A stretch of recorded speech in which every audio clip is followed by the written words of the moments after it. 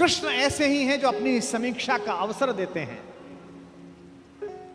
हस्तिनापुर के दरबार में खड़े हुए कृष्ण, जिनकी भगवत्ता के विषय में स्वयं जानते हैं द्रोणाचार्य, स्वयं जानते हैं पितामह भीष्म, स्वयं जानते हैं धृतराष्ट्र, उसके बाद भी वो भ्रम पैदा करते हैं कि मुझसे युद्ध किया जा सकता है, मुझे बांध सकता है, क्योंकि दुर्योधन को वह दुर्बुद्धि का संकेत देने की क्रिया भी भगवान की है। आप सब जानते हैं कि बचपन में एक बार कृष्णा अर्थात द्रौपदी अर्थात यज्ञसेनी, जो यज्ञ की अग्नि से निकली थी, जिसके शरीर में सुगंध आती थी, भारतीय स्त्रियों के इतिहास की सबसे दीपित चरित्र है द्रौपदी। इस देश को इस समय अबलाओं की आवश्यकता नहीं है। अपने केशों पर अगर कोई निर्लज्ज हाथ डाल दे तो उसकी छाती फाड़ देने का साहस पैदा करने वाली द्रौपदियों की आवश्यकता है।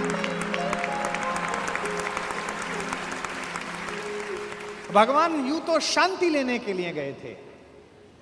जब खाना खाने लगे और पांडवों ने कहा, युधिष्ठिर ने विशेष रूप से कहा, माधव मैं युद्ध नहीं चाहता, आप जाना और कहना बस 5 गांव हमें दे दें, हम 5 भाइयों को हम काम चला लेंगे।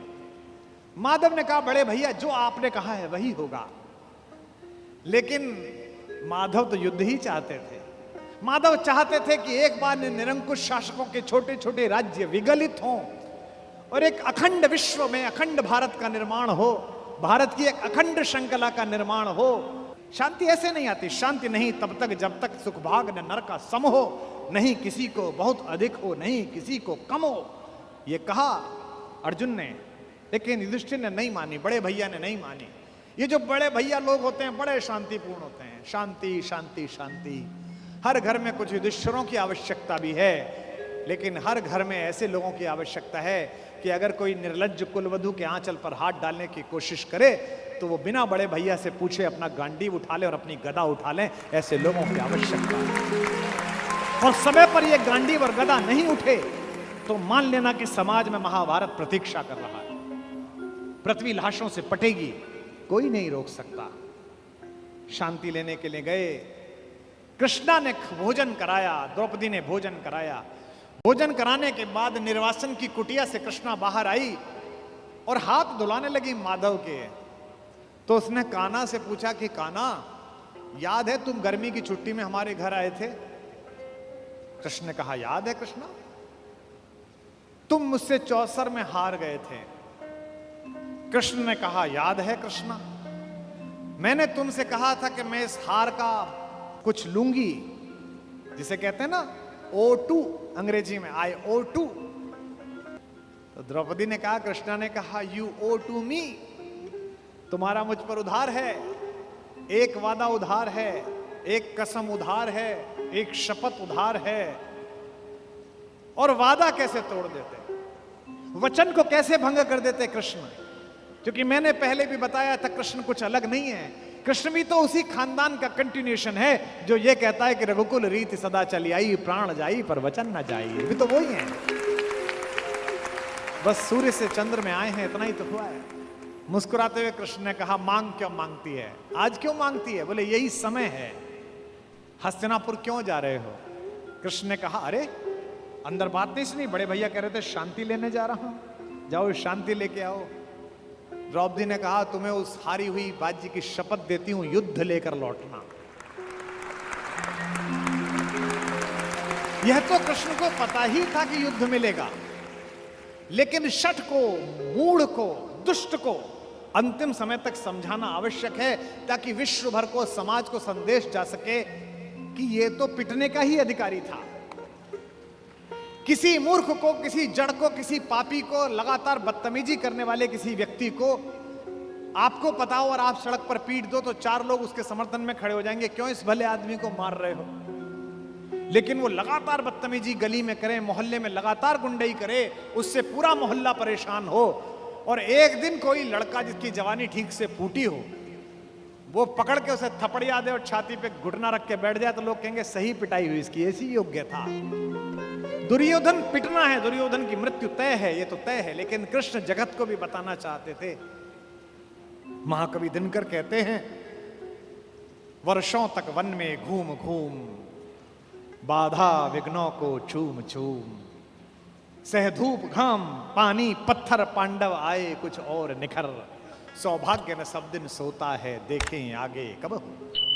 मैत्री की राह बताने को, दुर्योधन को समझाने को, सबको सुमार्ग पर लाने को, भीषण विध्वंस बचाने को भगवान हस्तिनापुर आए, पांडव का संदेश लाए।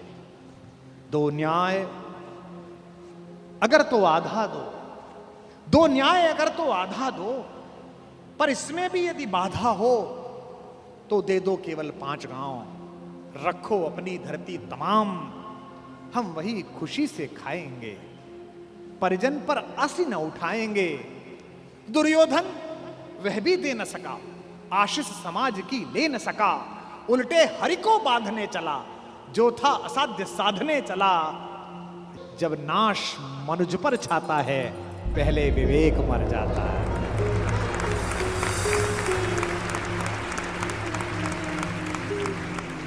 जब नाश मनुज पर छाता है, पहले विवेक मर जाता है। हरि ने भीषण हुंकार किया, अपना स्वरूप विस्तार किया, डगमग डगमग दिग्गज बोले, भगवान कुपित होकर बोले, जंजीर बढ़ाकर साध मुझे, हाँ हाँ दुर्योधन बांध मुझे। यह देख गगन मुझ में लय है, यह देख पवन मुझ में लय है, मुझ में विलीन झंकार सकल, मुझ में लय है संसार सकल। अमृत फूलता है मुझ में, संघार झूलता है मुझ में, उदयाचल मेरा दीप्त भाल, भूमंडल वक्षस्थल विशाल, भुज पर दिबंध को घेरे हैं, मैनाक मेरु पग मेरे हैं, दीप्ते जो ग्रह नक्षत्र निखर, सब हैं मेरे मुख के अंदर।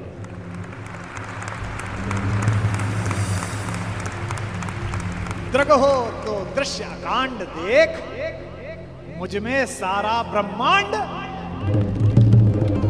मुझ में सारा ब्रह्मांड देख, चर अचर जीव जर अक्षर अक्षर, नश्वर मनुष्य सुरजात अमर, शतकोटि सूर्य शतकोटि चंद्र, शतकोटि सरत सरक्षिद्र मंद्र, शतकोटि विष्णु ब्रह्मा महेश, शतकोटि विष्णु जलपति धनेश, शतकोटि रुद्र शतकोटि काल, शतकोट दंडधर लोकपाल, जंजीर बढ़ाकर साध मुझे, हाँ हाँ दुर्योधन बांध मुझे।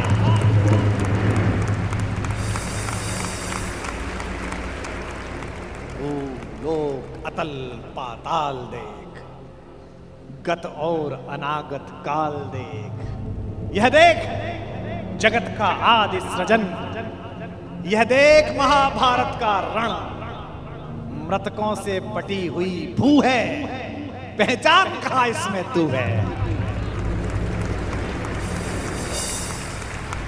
अंबर में कुंतल चाल देख, पद के नीचे पाताल देख, मुट्ठी में तीनों काल देख, मेरा स्वरूप विकराल देख।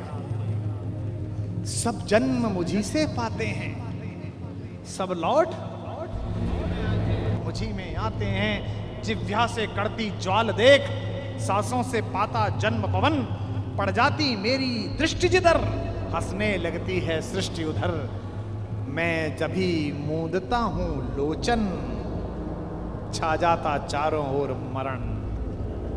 सवाल देखना, बांधने मुझे तो आया है, जंजीर बड़ी क्या लाया है। यदि मुझे बांधना चाहे मन, पहले तो बांध अनंत गगन।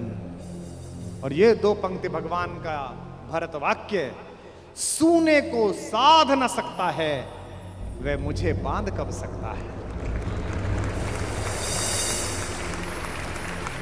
यह जो उद्घोष है, कहां बंधा कन्हैया, ये कौन कह रहा है इतना बड़ा दृश्य दिखाकर, जिसमें पिता में भीष्म जैसा ज्ञानी भी मूर्छित हो गया।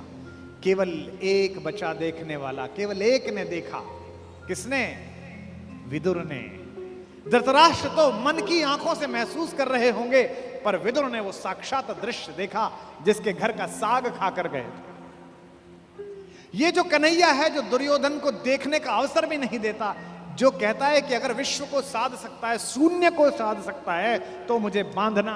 यही कन्हैया यशोदा के आंगन में यमलार्जुन के बीच में रस्सी से बंधा हुआ एक पहर तक रोता रहता, मैया अब खाली कर दे, अब छोड़ दे, अब नहीं चुराऊंगा। बड़ा हो तो ऐसा और छोटा हो तो ऐसा, इसी का नाम कन्हैया है।